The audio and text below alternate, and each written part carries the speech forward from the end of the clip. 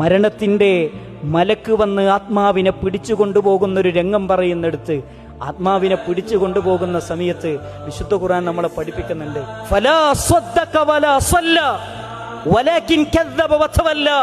നിസ്കരിച്ചില്ലല്ലോ, നന്മകൾ ചെയ്തില്ലല്ലോ, എല്ലാ വിളികൾക്കും ഞാനത് കളവാക്കി തള്ളിക്കളഞ്ഞല്ലോ.